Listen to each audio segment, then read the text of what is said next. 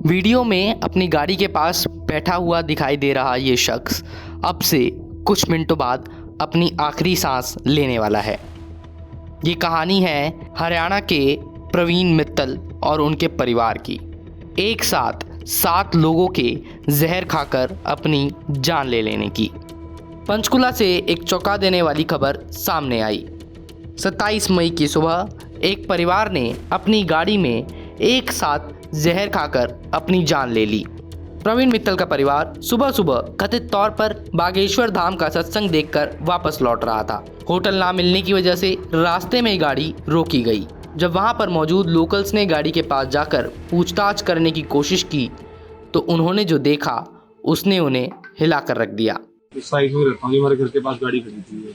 अच्छा। गाड़ी में टावर लगे हुए थे जी। तो हमको भी पता लगा गाड़ी में क्या है। जाके देखा गाड़ी के अंदर तो गाड़ी के अंदर मतलब बंदे लेटे हुए थे। तो हमने उनसे पूछा भी ऐसे क्यों लेटे हुए? कह रहे हम सारे सो रहे हैं, भी हमें होटल मिला रात को, तो हम सोएंगे रात को, भी हम आप दाम में से आए हैं। तो मैंने उनको कहा, मैंने कहा जी आप ना क्या कहते आप यहाँ से गाड़ी डालो, मार्केट में लगा दो गाड़ी। कह रहे ठीक है जा रहे हैं। फिर वो गाड़ी लेके जाने लगे थे। फिर मेरे को स्मेल आई गाड़ी के अंदर से एकदम। मैंने को कहा रुक जाओ भैया 1 मिनट।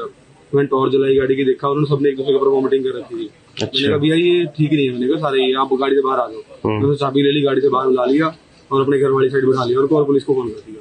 तो मैंने उनको हिला के देखा, बच्चों को, बच्चे बैठे होकर लेटा हुआ था, उनको हिला के देखा, हिला नहीं वो लड़का। मैंने कहा जी ये तो है नहीं। मैंने कहा तो बचे नहीं। मैंने कहा सारे के सारे पीछे देखा, पीछे भी सारे एक दूसरे को लेटे हुए थे। तो फिर पुलिस आई, इतने में वो बंदा भी नीचे गिर गया था। उसने कहा था भी 5 मिनट में, कह रहे मैं ही मर जाऊंगा करते। वही बात हुई, वो 5 मिनट में नीचे गिर गया था। तो इतने पुलिस आई और पुलिस उनको लेके जाती कुछ सामान पड़ा, रिसेंट खाना खा के हटे हैं कोई। अच्छा। और तब मरे हैं वो, ऐसा लग रहा था। कहा था कि मैं बैंक का कर्जा है बहुत ज्यादा, वो नहीं दे पाया और इस करके मेरे किसी परिवार वाले ने हेल्प नहीं करी है, इसलिए मैं सुसाइड कर लिया। हम 10:30 बजे ना नीचे ब्रदर उतरा था वॉक करने के लिए। तो उसने देखा, जो हमारे नीचे वाले ओनर है उन्होंने बोला ब्रदर ने भी कोई गाड़ी खड़ी है अपनी गाड़ियों के बैक साइड ना, कोई अनजान गाड़ी है। तो वो दोनों गए गाड़ी देखने के लिए। तो उस गाड़ी के अंदर एक ही बंदा जिंदा था उस टाइम पे। वो तो कह रहा था अभी आराम कर रहे हैं हम सारे, हम यहाँ पे बाबा रखे 5 सेक्टर ना, उसके पास आए थे। तो हमें होटल मिला नहीं, हम तो इसलिए आराम कर रहे हैं यहाँ पे। तो फिर हमने गाड़ी बंद कर दी उस टाइम पे।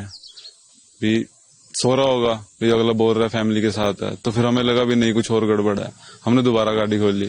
हमने टॉर्च जला के देखा, गाड़ी के अंदर वॉमिटिंग कर रखी थी सबने, और बाकी सारे बिल्कुल हिला के देखे हमने तो वो डेड थे उस टाइम पे, कोई भी उठ नहीं रहा था।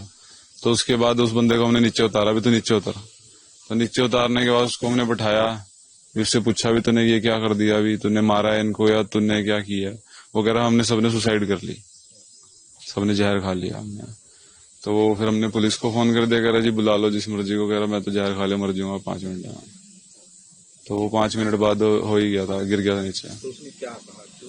वो कह रहा कर्जा चढ़ा हुआ है बहुत सिर पे ना, तो उसकी वजह से किसी ने सपोर्ट नहीं किया, रिश्तेदार ने। कह रहा रिश्तेदार मेरे करोड़पति हैं पर किसी ने सपोर्ट नहीं किया। नहीं हमें नहीं नाम बताया। हाँ ये बताया कि गाड़ी में कितने लोग? नहीं ये भी नहीं बताया। तो आपने देखा कितने? वैसे हमने अंदाजा लगाया तो बीच 6 बंदे होंगे, पर बाद में पता चला टोटल 7 थे वो। तो पुलिस आ गई मौके पुलिस आ गई थी। एम्बुलेंस कम से कम 40-45 मिनट बाद पहुंची है, फोन करने के बाद। एम्बुलेंस लेट पहुंची है बहुत।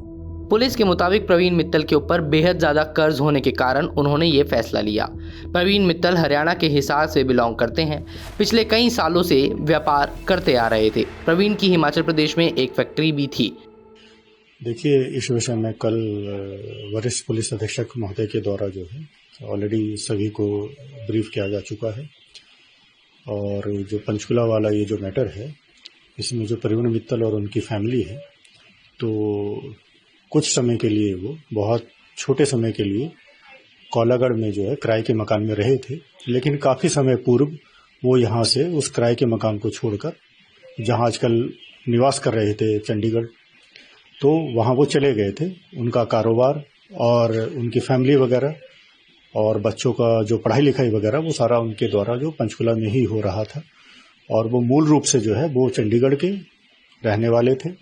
यहाँ वो कुछ समय के लिए आए थे। उनके द्वारा कुछ कारोबार किया गया जिसमें कि संज्ञान में आया है कि उनको घाटा हो गया था, काफ़ी कर्ज उनके ऊपर था। लिहाजा वो अपनी फैमिली समेत काफ़ी समय पहले जो कोलागढ़ में किराए के मकान में रहते थे उसको छोड़ के जा चुके थे। तो इसके दृष्टिगत यहाँ ना उनका कोई सागा संबंधी, ना उनको कोई नातेदार, रिश्तेदार, कोई दोस्त या परिजन यहाँ नहीं है। कुल मिला के देहरादून से इनका या इनकी फैमिली का कोई लिंक यहाँ से नहीं है। और जहाँ तक ये जो पंचकुला का इंसिडेंट है, तो इसमें पंचकुला पुलिस के द्वारा पूरी कार्रवाई इसमें की जा रही है। जो सुसाइड नोट उनको मिले हैं मौके से, उनकी भी उनके द्वारा तस्दीक की जा रही है और उनके परिजनों से भी बातचीत की जा रही है। और अग्रिम जो भी वैधानिक कार्रवाई है वो पंचकुला पुलिस के द्वारा उसमें पूरी विधिक कार्रवाई की जा रही है। कारोबार में नुकसान होने के कारण प्रवीण मित्तल के ऊपर कर्ज बढ़ता चला गया, जिसके चलते उन्होंने अंततः ये फैसला लिया।